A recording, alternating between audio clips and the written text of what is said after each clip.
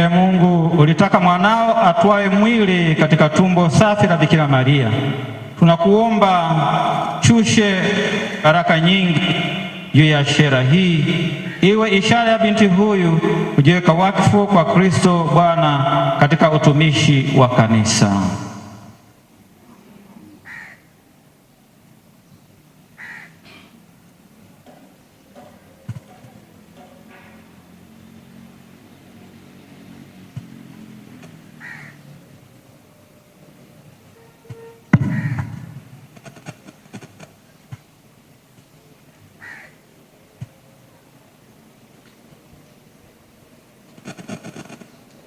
Pokea shera takatifu kama ishara ya kujiweka wakfu kwako kwa Kristo Bwana katika utumishi wa kanisa.